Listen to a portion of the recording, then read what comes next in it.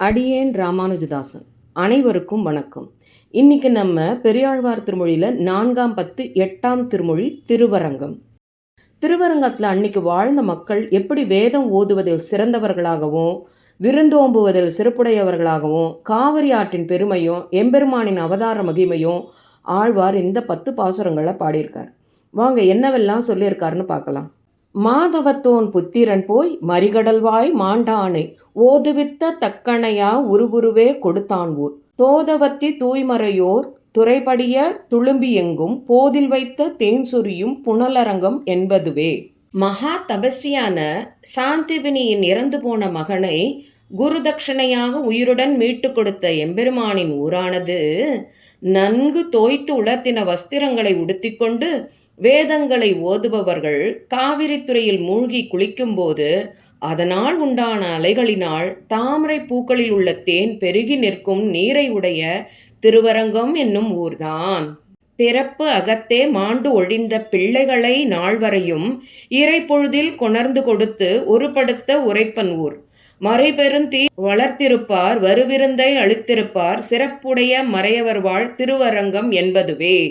பிறந்த உடனேயே அதே இல்லத்துல இறப்பை எய்திய 4 பிள்ளைகளையும் ஒரு கண நேரத்துல உயிருடன் மீட்டு பெற்றோர்களிடம் அவர்கள் சம்மதத்தோட கொடுத்த அந்த எம்பெருமான் அருள் பாலிக்கும் ஊர் வேதத்தில் விதித்தபடி பெரு வேள்விகளை செய்து கொண்டும் தங்கள் கிரகங்களுக்கு வரும் விருந்தினர்களை உபசரித்து கொண்டும் இப்படியான சிறப்புகளை உடைய வேதம் ஓதுபவர்கள் வாழும் திருவரங்கம் என்னும் ஊர்தான். மருமகன் தன் சந்ததியை உயிர் மீட்டு மைத்துனன்மார் உருமகத்தே வீழாமே குறுமுகமாய் காத்தான் ஊர் திருமுகமாய் செங்கமலம் திருநிறமாய் கங்குவளை பொறுமுகமாய் நின்று அலரும் புனலரங்கம் என்பதுவே.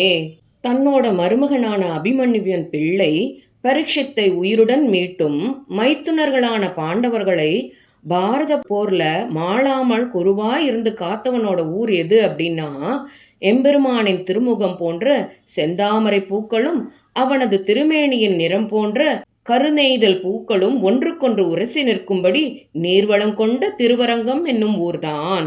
கூந்தொழுதை சிதகு உரைப்ப கொடியவள் வாய் கூடிய சொற்கேட்டு ஈன்றெடுத்த தாயரையும் ராஜ்யமும் ஆங்கொழிய காந்தொடுத்த நெறிபோக்கி கண்டகரை களைந்தான் ஊர் தேந்தொடுத்த மலர் சோலை திருவரங்கம் என்பதுவே.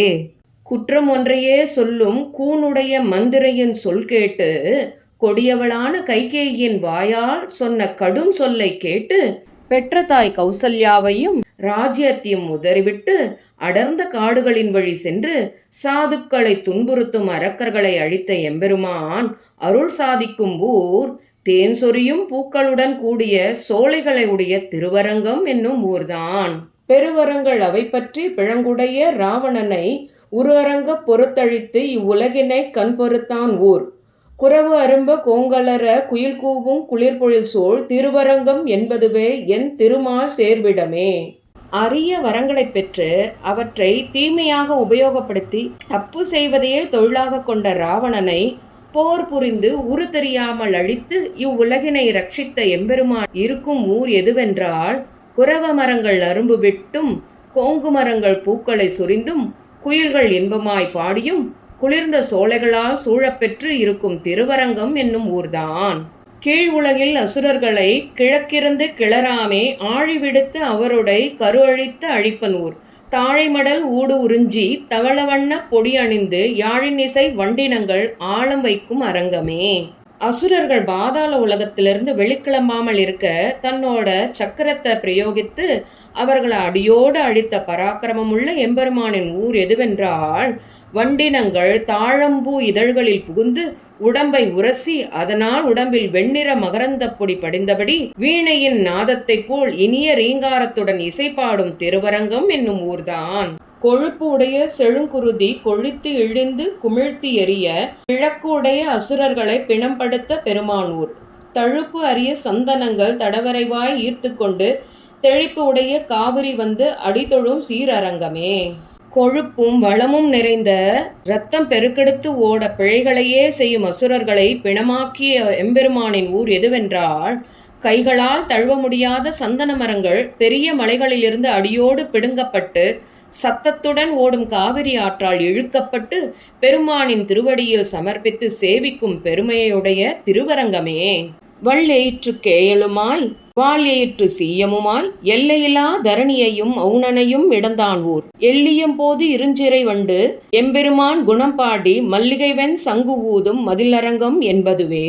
கடினமான தந்தங்களும் பற்களுடனும் வராக அவதாரம் எடுத்தும் வெண்மையானதும் கூர்மையானதுமான பற்களுடன் நரசிம்மனாய் அவதரித்தும் ஹிரண்யகசிபு இரண்யாசுரனை அழித்து அகண்ட பூமியை வெளிக்கொணர்ந்த எம்பெருமான் சேவை சாதிக்கும் ஊர் எதுவென்றால், மாலை பொழுதில் பெரிய சிறகுகளை கொண்ட வண்டுகள் எம்பெருமானின் குணங்களை பாடியவாறே வெண்சங்கை போலிருக்கும் மல்லிகை பூக்களை ஊதுவது போல் காட்சி தரும் மதில்களை உடைய திருவரங்கம் என்னும் ஊர்தான். குன்று ஆடு கொழுமுகில் போல் குவளைகள் போல் குறைகடல் போல் நின்று ஆடு கணமயில் போல் நிறமுடைய நெடுமாழ்வூர் குன்று ஊடு பொழில் நுழைந்து கொடு இடையார் முளையணவி மன்று ஊடு தென்றல் உலாம் மதிலரங்கம் என்பதுவே.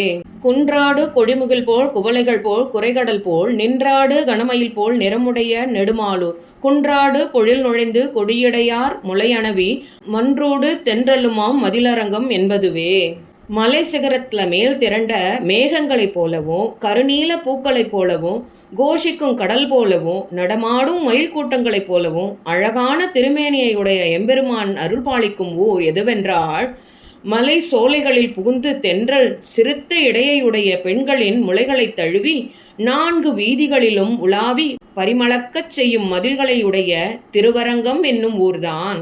பருவரங்கள் அவை பற்றி படையாளி தொழுந்தானை செருவரங்க பொறுத்தழைத்த திருவாளன் திருப்பதிமேல் திருவரங்கத் தமிழ் மாலை விட்டு சித்தன் விரித்தன கொண்டு இருவரங்கம் எரித்தானை ஏத்தவல்லார் அடியோமே.